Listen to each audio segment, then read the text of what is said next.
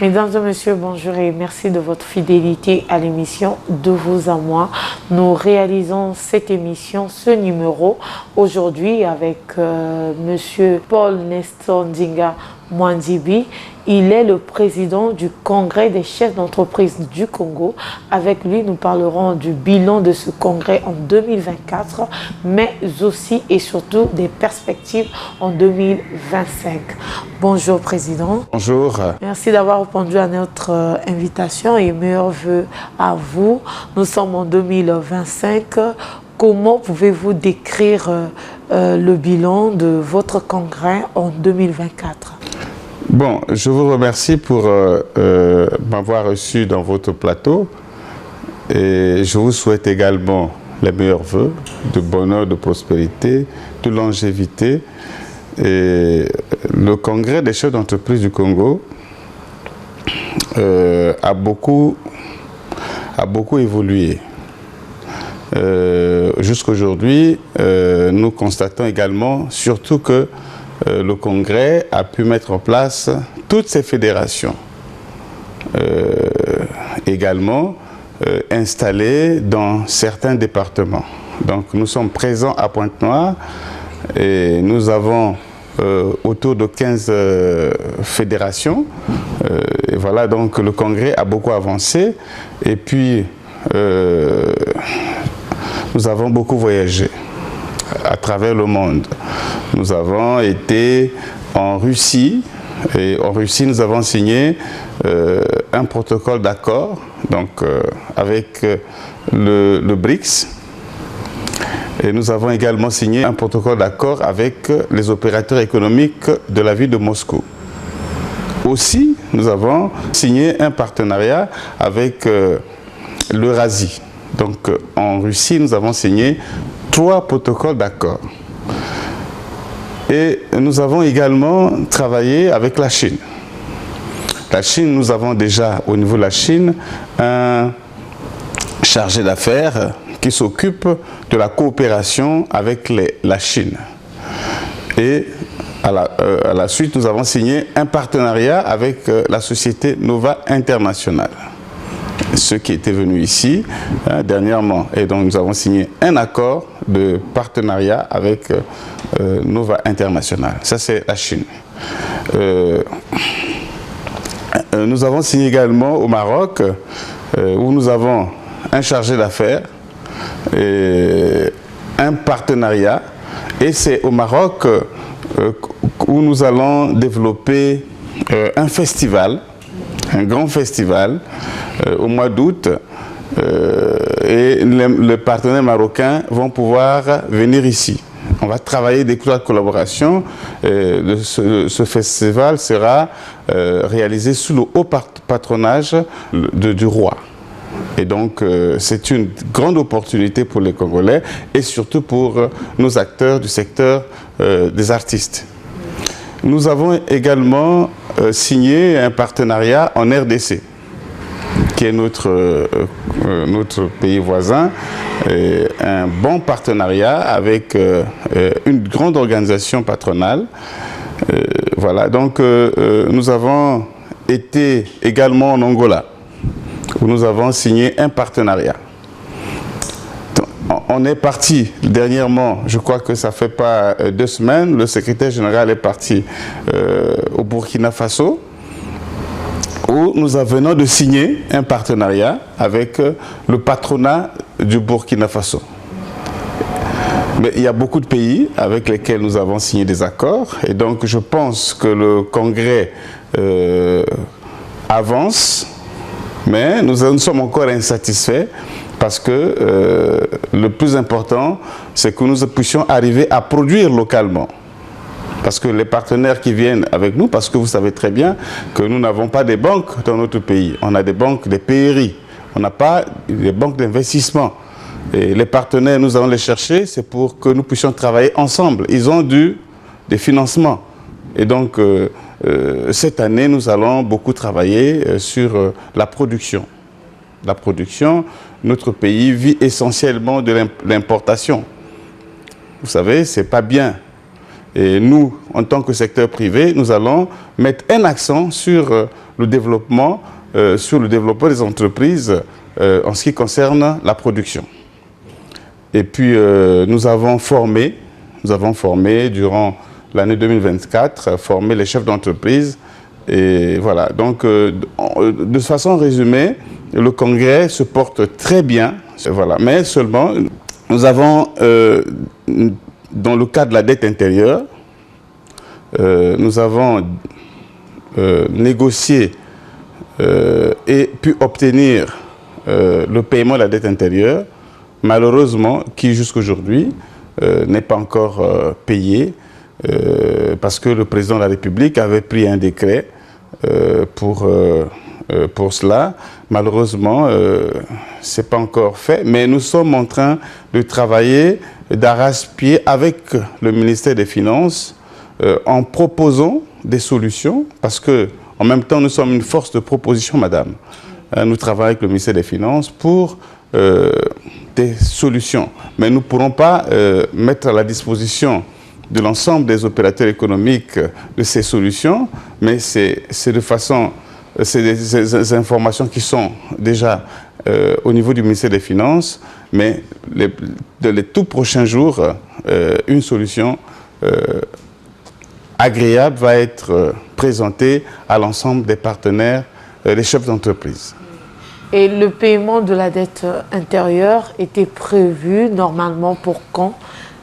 Quand est-ce qu'on peut espérer le paiement de cette dette-là, d'après les négociations? Cette dette devait être payée depuis, parce qu'on a mis en place un chronogramme pour ceux qui se sont engagés pour la décote de 65%, 35%, 25%. Mais l'État est en retard. Il n'a pas respecté ses engagements vis-à-vis des opérateurs économiques. Vous constatez qu'aujourd'hui, les opérateurs croupissent dans la misère la plus totale, parce qu'on n'a plus, d'issue, on n'a plus de ressources. Et ça, c'est très criard, parce que ce sont les entreprises qui sont capables de relancer l'économie. Alors, lorsque les entreprises ne sont plus capables de relancer l'économie, c'est la difficulté, c'est l'hécatombe, n'est-ce pas? Et nous prions les partenaires, nos partenaires des pouvoirs publics, donc le ministère des Finances et le Premier ministre, à regarder la question de la dette intérieure. Regardez la question de la dette intérieure, parce que c'est pas bien que les compatriotes croupissent dans la misère la plus totale. C'est pas bien. Et également, nous avons fait des réclamations au niveau de la dette intérieure. Il y a beaucoup de réclamations qui se sont faites. La CCA ne se mobilise pas autour des opérateurs économiques pour trouver des solutions. Nous avons beaucoup de réclamations qu'on a fait, n'est-ce pas? Et donc la dette, le montant ne sera peut-être pas celui-là, mais sera un montant plus élevé, parce qu'il y a beaucoup de revendications que les entreprises ont pu faire devant le ministère des Finances et plus particulièrement à la CCA. Donc les opérateurs économiques n'ont pas de solution à ce niveau. Nous sollicitons, aujourd'hui, que les pouvoirs publics, que le ministère des Finances puisse convoquer rapidement une réunion dans le cadre du comité d'appurement de la dette extérieure et la dette intérieure qui a été mise en place afin que nous puissions discuter franchement sur ces questions. Parce que les opérateurs économiques ne veulent pas aller dans la rue, mais ils veulent discuter franc jeu avec le gouvernement. Parce qu'ils croupissent dans la misère, la plus totale. Et aujourd'hui, je pense que le gouvernement devrait faire face à cela. Voilà. Donc, la question, c'est ça. Et je pense que sur toutes ces questions que vous avez posées, la seule difficulté que nous avons, c'est la question de la dette intérieure, qui est difficile. Et aujourd'hui, le dialogue avec le gouvernement n'est plus permanent. Vous n'arrivez pas à discuter. Nous avons mis en place en 2024 une commission qui devra regarder la question de la dette intérieure. Mais cette commission n'est pas convoquée. Elle n'est pas convoquée et nous sommes incertains. n'est-ce pas? Nous sommes incertains, parce que ce qui est important, c'est la communication. Et nos adhérents ne sont pas bien informés sur le processus de paiement de la dette intérieure. C'est pas bien. Et vous aussi, en tant que patronat, vous avez une certaine pression de la part de vos adhérents qui vous demandent des comptes? Madame, chaque jour, nous sommes agressés par les chefs d'entreprise. Nous sommes vraiment agressés. Et les entrepreneurs pensent que c'est nous qui ne négocions pas bien. Alors que c'est le gouvernement qui ne prend pas ses responsabilités. Et nous en appelons au pouvoir public, au ministère des Finances, nous en appelons au Premier ministre. La question de la dette intérieure, c'est une question cruciale pour le développement des entreprises. C'est une question cruciale. On ne peut demain développer le Congo que par les entreprises. On ne peut payer les fonctionnaires que par les entreprises. Et si le secteur des entreprises n'est pas pris avec beaucoup de sérieux, mais demain, la question de la crise va continuer. La question de la crise va continuer. Donc aujourd'hui, pour sortir le pays de la difficulté, il faut payer la dette intérieure. Vous avez sollicité une audience auprès du Premier ministre? Oui. Mais la question elle est connue. La question elle est connue. Nous écrivons régulièrement. La question est bien connue. Et aujourd'hui, je pense qu'il faut lancer un appel.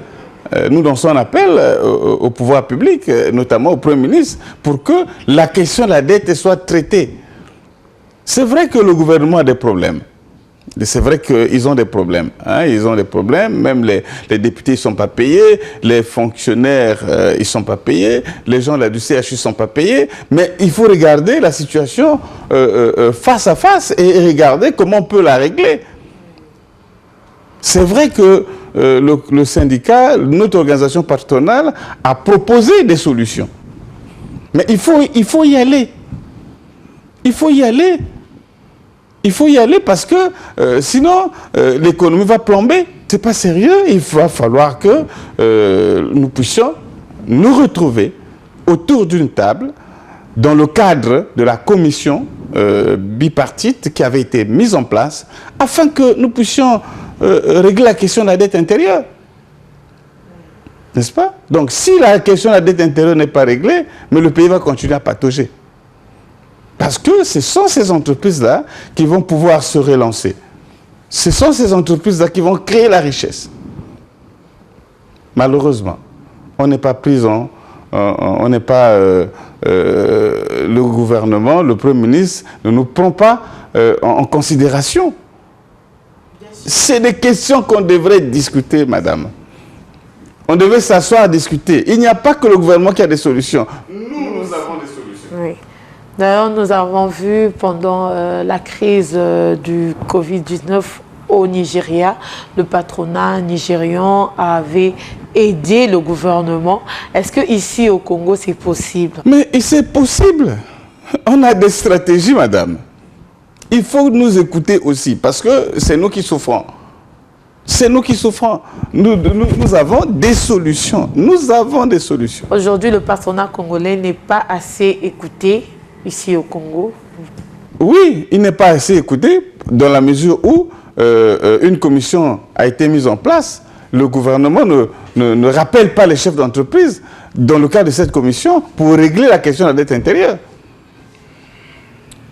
Même si le pays a des problèmes, mais on doit quand même se concerter, on doit quand même échanger.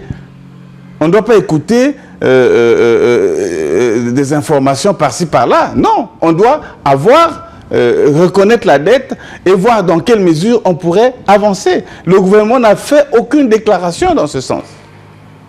Le gouvernement, vous pensez que le gouvernement a oublié les opérateurs économiques? Parce qu'il y a un accord. Il y a un accord qui a été signé. Non, il y a un décret présidentiel que le gouvernement devra respecter. Et nous avons accepté. Vous savez, une entreprise qui perd 65% de sa décote et de sa créance, c'est grave. Mais certaines entreprises ont accepté. Mais pour payer, on ne paye pas. nous sommes une force de proposition. En tant que force de proposition, nous présentons au gouvernement des solutions. Ce n'est pas un problème que le gouvernement devra le prendre seul, mais c'est avec nous. Et c'est l'État qui nous doit de l'argent. C'est avec nous. Et si aujourd'hui l'État va pouvoir lancer le paiement, mais il doit d'abord nous rencontrer. Il doit d'abord rencontrer les partenaires sociaux, regarder dans quelle mesure les paiements vont être faits. On déplore un peu le paiement de 10 millions qu'on avait fait la dernière fois. Les gars n'ont pas respecté les conventions. Parce qu'on ne devait pas payer la SNCS, mais les entreprises ont payé la SNCS. C'était une désorganisation totale. Mais aujourd'hui, pour sa mise en place, il nous faut travailler ensemble.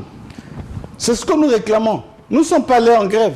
Nous ne sommes pas allés dans la rue. Le gouvernement consulte la commission mise en place. Mais oui, il faut que la commission se mette en place, regarde, réfléchisse et que nous soyons informés, madame.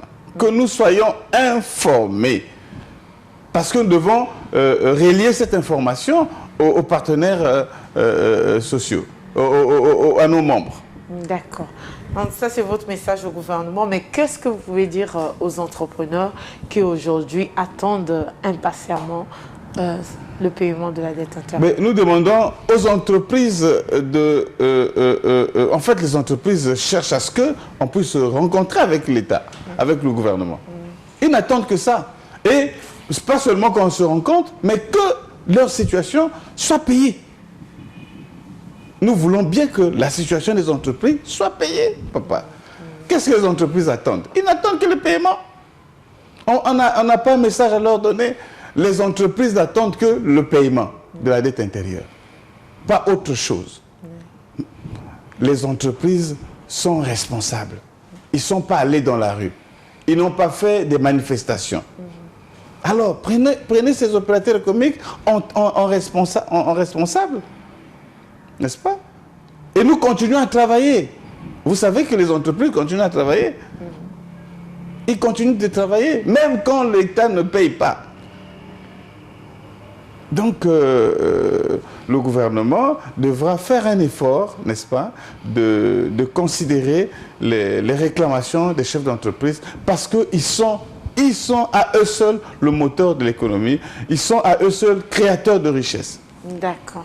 Alors, vous avez dit que les entreprises continuent de travailler, continuent de maintenir le partenariat public-privé. Nous avons tout un ministère du partenariat public-privé. Comment est-ce que vous travaillez avec ce ministère-là? Bon, avec ce ministère, nous échangeons directement avec le directeur de cabinet, nous échangeons directement hein, et nous leur avons déposé tous nos partenariats qu'on a signé avec les Russes, avec les Chinois, un peu partout, on leur a déposé. Hein.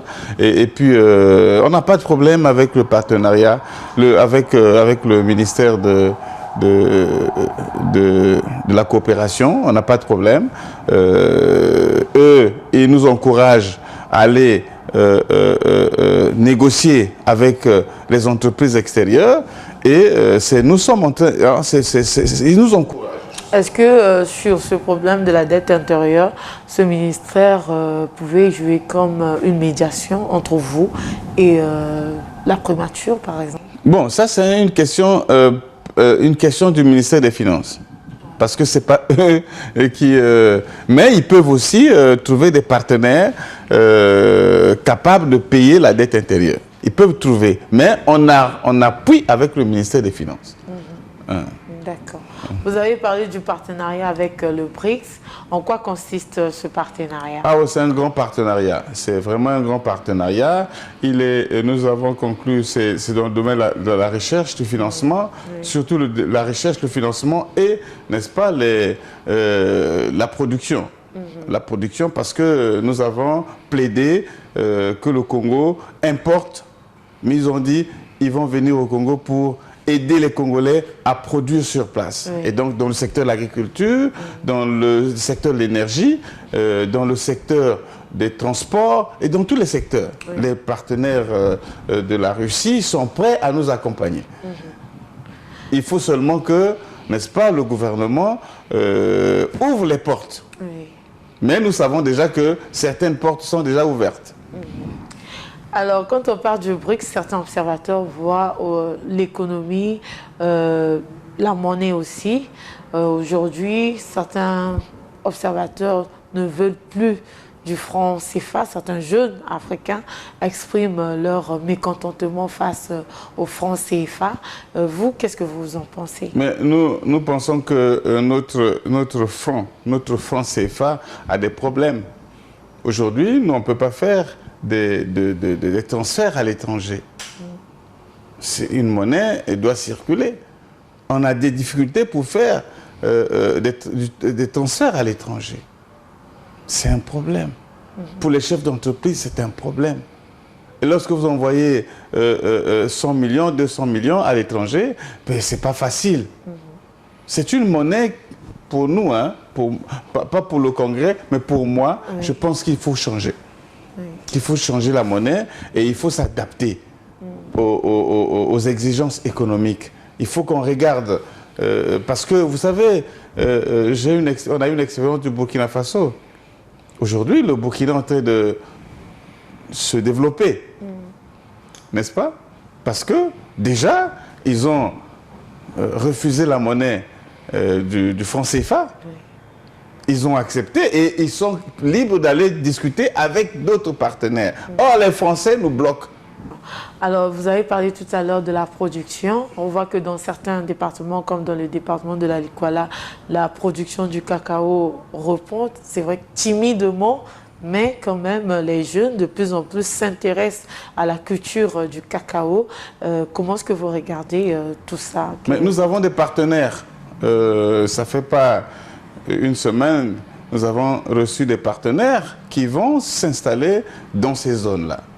Mais il n'y a pas suffisamment de cacao parce que oui, les partenaires étrangers, il n'y a pas suffisamment de cacao. Dans la production encore très faible. Oui, elle est très faible, mais nous avons demandé aux partenaires de collaborer avec les coopératives qui sont au niveau de ces départements et puis d'étendre les productions. Parce qu'il faut encore de moyens pour que ces entreprises puissent avancer. Mais nous avons déjà des partenaires, déjà ceux du Congrès les ont déjà reçus et commencent à travailler. Oui. La terre est fertile. Qu'est-ce qui se passe? Pourquoi la production n'est pas élevée? Est-ce que c'est l'exode rural? Est-ce que non, ce n'est pas l'exode rural. C'est pas l'exode rural. Les Congolais ne cultivent plus du cacao. Oui, mais nous n'avons pas une banque agricole. Oui. Nous n'avons pas une banque agricole. Toutes nos banques sont les banques commerciales. Et comment voulez-vous développer le secteur privé et le secteur de l'agriculture si on n'a pas une banque agricole? Et la banque agricole, c'est une banque spécifique, n'est-ce pas? Et il faut une banque agricole et pour que les producteurs soient accompagnés, parce qu'on n'a pas de financement. Donc il faut réfléchir sur le domaine de l'agriculture pour que, n'est-ce pas, les producteurs soient accompagnés. Nous, on ne peut pas accepter d'acheter, d'avoir l'oignon de l'extérieur. Ce n'est pas possible. On ne peut pas voir la tomate de l'extérieur, ce n'est pas possible. Le Congo est capable de produire. Nous avons quelques agriculteurs qui produisent l'oignon, et ainsi de suite. Mais il y a nécessité d'avoir des financements, des petits financements pour avancer. L'agriculture fonctionne avec des subventions. Mais il n'y a pas assez de subventions. Et les subventions qui sont arrivées, on a donné aux politiques. Je vous dis la vérité, aux politiques. Ils n'ont pas donné aux vrais acteurs du secteur. On a donné aux politiques. Donc il faut réfléchir résolument sur la question de l'agriculture. Et nous sommes un pays qui peut... un pays qui a beaucoup de potentialités et qui peut nourrir l'Afrique centrale et même en dehors de l'Afrique centrale. On est capable. D'accord. Parfois, lorsqu'on discute avec les producteurs, ils nous posent le problème de l'acheminement. Parce qu'on parle souvent de la production, mais parfois il y a la production. Mais le problème, c'est comment acheminer les produits agricoles jusqu'à Brazzaville. Avec la Congolaise des routes qui a augmenté ses prix en 2018. Est-ce qu'aujourd'hui, il ne faut pas revoir, il ne faut pas une exonération pour les produits agricoles? Ce sont toutes ces questions, nous les avons toujours posées au niveau du gouvernement. Parce que un producteur agricole, si le prix de la marchandise est cher à Brazzaville, c'est parce qu'il paye trop de taxes. Trop de taxes. Il a trop de charges. Parce qu'il doit avoir son bénéfice. Alors à Brazzaville, les produits sont chers. Alors, vous avez parlé des voyages du Congrès en Russie, en Chine. Pourquoi le choix de ces pays? Le BRICS. C'est les pays développés. Oui. Pourquoi pas l'Union africaine, l'Union européenne? Non, nous allons. On n'a pas parlé de la Côte d'Ivoire, on n'a pas parlé du Burkina Faso, on va dans tous ces pays-là. Oui. Nous allons dans tous ces pays-là. Mais nous avons choisi la Chine. Parce que la Chine, c'est un poumon économique. Oui. Hein? En Chine, nous allons acquérir les équipements, mais aussi nous allons avoir des équipements acquérir des équipements et même acheter des équipements. Donc, si on veut acquérir des équipements pour produire sur place, on a les matières premières aussi, on va les trouver là-bas. Donc, la Chine, c'est un bon partenaire et nous croyons développer cette année la collaboration avec la Chine, la Russie aussi. Oui. La Russie nous a ouvert les mains, puisque nous avons signé 3 partenariats. Nous avons les mains pour dire, accepter le président de la République en partant en Chine et en Russie. Il a fait la promotion de la Chine et de la Russie. Oui. Le président a fait la promotion de la Russie. Et nous devons partir, nous devons partir sur cette lancée que le président s'est engagé. Nous devons collaborer avec la Russie parce qu'ils sont un pays développé. Vous sentez qu'il y a une franche collaboration par rapport les Russes ne sont pas comme certains pays. Les Russes sont pragmatiques. Les Russes sont pragmatiques. Et c'est par rapport à leur pragmatisme que nous voulons travailler et que nous travaillons déjà avec eux. Parce que nous travaillons déjà, et déjà nous avons créé des sociétés russes ici, avec des partenaires russes. Et nous en voulons pour tous les pays. Et dans notre stratégie, c'est que quand un partenaire arrive, nous travaillons avec lui. N'est-ce pas? Donc, on a déjà des sociétés russes ici qui, l'année 2024, vont pouvoir, 25 vont pouvoir travailler. D'accord. Nous sommes en 2025. La ZLECAf, c'est d'ici 2030. Qu'est-ce que vous en pensez? Est-ce que nous sommes prêts? On n'est pas encore prêts. Est-ce que nous serons prêts? Madame, on n'est pas encore prêts. Si nous disons que nous sommes prêts, mais nous allons continuer à consommer les produits de l'extérieur. Donc, nous n'aurons pas à vendre nous-mêmes le Made in Congo. Oui. Nous devons vendre le Made in Congo. Et aujourd'hui, n'est-ce pas, il n'y a rien dans la production. On n'a pas des industries. Les produits ne sont pas transformés. Et aujourd'hui, le pays a beaucoup de problèmes sur la transformation. Vous savez que la transformation va avec l'électricité. Si vous installez une entreprise industrielle ici, il aura du mal à fonctionner. Les conditions ne sont pas encore adaptées. Parce que s'il n'y a pas d'industrie, c'est parce qu'il n'y a pas le courant. Le courant n'est pas au rendez-vous. Donc, on aura des difficultés. Il n'y a pas que l'industrie.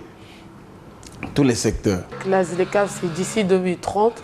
En 2023, déjà, le gouvernement encourageait les Congolais à produire sur place pour diminuer l'importation. Pourquoi les entrepreneurs congolais n'investissent pas dans la production alors qu'ils ont l'argent pour investir dans l'importation des On n'a pas d'argent, madame. des cuisses de poulet congelées, il y en a partout, il y a des boucheries, on n'a pas d'argent. Il y a des chambres froides.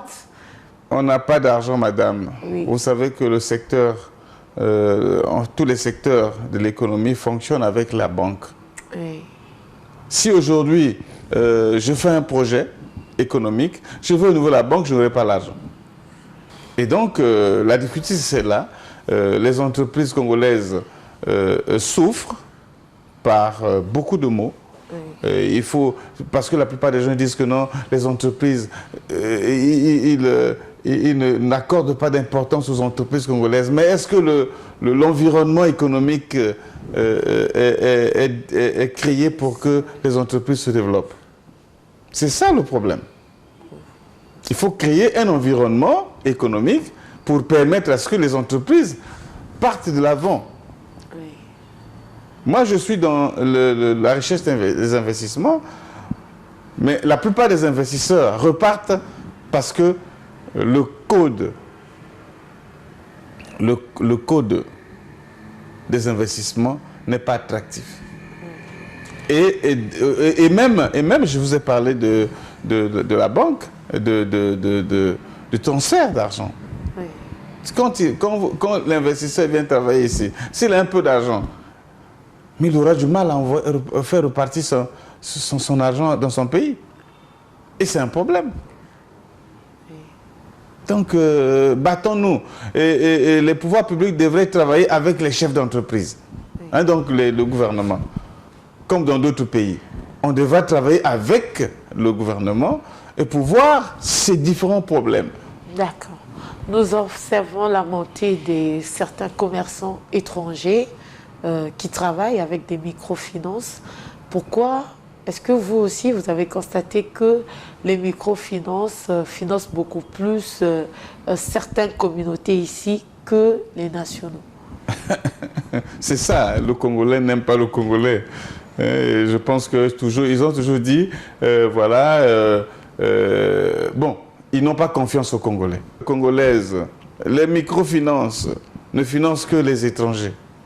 Vous aussi, vous avez constaté ça? Mais je suis Congolais, non? Je suis Congolais. Je suis Congolais. Et ce n'est pas normal.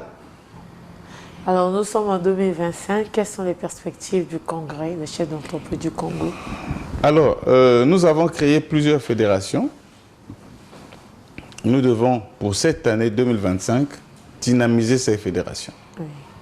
On ne va plus en créer, mais on va les dynamiser. Pour l'année 2025, déjà la dynamisation, et aussi nous allons créer, mettre en place des activités qui permettent le développement des entreprises. Il faut voir aujourd'hui dans le secteur des artisans et des artistes, nous allons lancer le premier festival de musique qui sera lancé par le Congrès des chefs d'entreprise du Congo. Oui.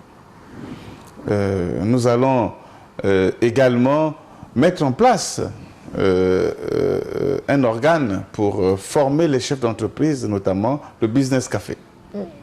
N'est-ce pas? Cette année, nous allons former nos adhérents à la connaissance de l'entreprise. Parce qu'il y a des gens, malheureusement, qui ont des entreprises, mais qui ne connaissent pas comment fonctionne l'entreprise. Ils peuvent croire simplement qu'une entreprise, c'est aller au trésor, prendre les marchés, aller au trésor et se faire payer. Non, l'entreprise, c'est toute une organisation. Il y a dedans, il y a la comptabilité. Dedans, il y a le marketing. Dedans, il y a la gestion personnelle. Dedans, il y a la gestion technique, la technique de l'entreprise. Là-dedans, il y a les ressources humaines. Donc, dedans, il faut que le chef d'entreprise soit en mesure de connaître tout ça. Oui. Donc, nous allons former les chefs d'entreprise à la connaissance sur le marché. Parce que le marché est étendu. Et que le chef d'entreprise soit capable de déceler un marché. Nous allons aussi nous fixer sur Wesso. Oui. On va travailler sur Wesso. Wesso devra avoir un président départemental, comme Pointe-Noire. Pourquoi spécifiquement Wesso? Oui, mais parce que c'est une ville économique. Oui.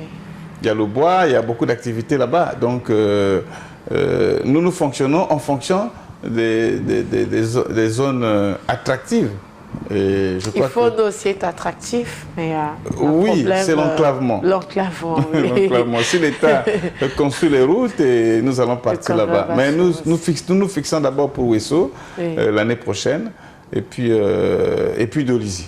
Oui. Vous avez parlé de ce festival que vous allez financer, vous allez lancer en 2000. On a des partenaires qui sont prêts. Oui. Nous avons des partenaires du Maroc qui vont nous accompagner, voilà, et qui veulent que ce soit fait sous le haut patronage du roi du Maroc. Nous sommes presque à la fin de cette émission. Est-ce que vous avez un mot particulier à l'endroit de nos téléspectateurs, un message? Je dis aux entreprises, les entreprises que nous avons la charge de diriger, je demande aux entreprises de rester en éveil, parce que généralement, pendant les moments difficiles, ce sont les entreprises qui sont aptes, les entreprises qui sont capables d'innover, parce que pendant les moments difficiles, il y a des entreprises qui se développent. Et je voudrais que les entreprises du Congrès des chefs d'entreprise du Congo, pendant cette crise, puissent se développer. Et c'est pour cela que nous avons mis en place une formation, s'adapter aux besoins du marché. Et aux entreprises qui ont des problèmes avec l'État, donc les dettes commerciales, nous allons cette année nous efforcer de jouer notre rôle qu'on a toujours joué pour que les entreprises soient payées. Mais le pays a des difficultés, il faut qu'ensemble, et le président de la République, et les chefs d'entreprise, et le gouvernement, que nous puissions trouver des solutions. C'est pendant ces moments difficiles que le Congo est capable, que le génie congolais peut agir. Merci beaucoup, Président Nestor Djinga Mwandibi, d'avoir répondu à notre invitation. Mesdames et messieurs, nous sommes à la fin de cette émission. Merci de nous avoir suivis. Je vous rappelle que nous avons reçu sur ce plateau M. Paul Nestor Djinga Mwandibi, qui est le président du Congrès des chefs d'entreprise du Congo. Avec lui, nous avons parlé du bilan de ce congrès en 2024 et des perspectives en 2025. Merci de nous avoir suivis. À la prochaine occasion.